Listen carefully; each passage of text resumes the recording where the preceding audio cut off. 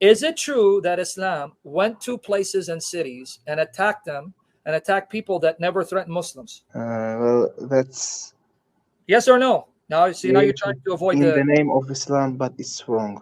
Oh, so you say it's wrong what the Muslims did?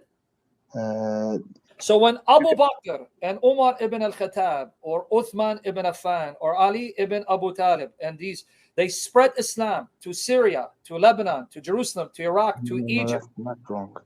Say it again. So when they conquered Yeah. those places, did they attack Muslims or the Muslims attack them? Muslims attack them. Okay, that's the first thing, Your Honor. Secondly, these people who didn't threaten Muslims had their lands taken away from them. What do you expect? That they don't want to then get revenge? Here's a person who comes and attacks my place, enslaves me, my wife and children, and he can have sex with my wife even though I'm still alive. That's chapter 4, verse 24. And enslave her and my children and sell them and take my property, and I can't do a damn thing about it. You think they're going to be grateful to what you Muslims did? It's not justice. Like, so you agree what the Muslims did was not justice. Excellent. You agree.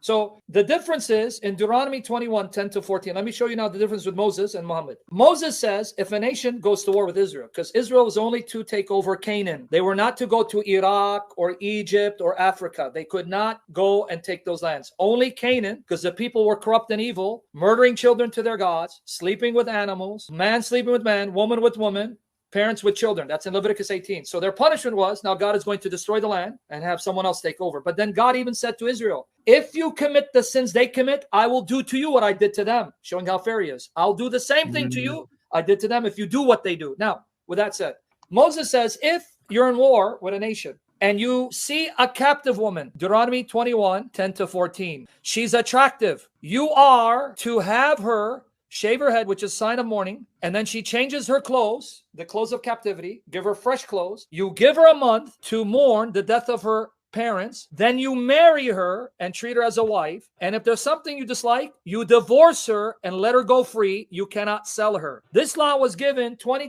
years before chapter 4, verse 24 of the Quran, where in the Quran, Allah says, unlawful for you are married women, except those that your right hands possess. So if you attack the Iraqi Christians or the Egyptian Christians who didn't attack you, and you see women and married women who are beautiful, you take them captive. Allah says you can have sex with them, even if their husbands are alive, and sell them. Which person's going to thank you for taking his wife and then sleeping with her and then selling her after you've come and attacked their city, a city that did nothing to you Muslims? Who's going to appreciate you? Put yourself, now be honest before God, because you're going to stand before him. Imagine you are a Christian living in Egypt. The Muslims come, your mother's in your house, your wife is there, your daughter, they attack, they take you captive, and then they have sex with your mother, your wife and daughter, and then they sell them. Are you going to be thankful for what Allah did? Questioning so hard questions. That okay, now here's what I want to do. I'm trying to keep it because there's other people. Come in. Can I answer? Go ahead, try to answer. I don't know how you're going to answer. If you really have a heart. No, I have really hard. I just, to be honest, you gave such a great arguments.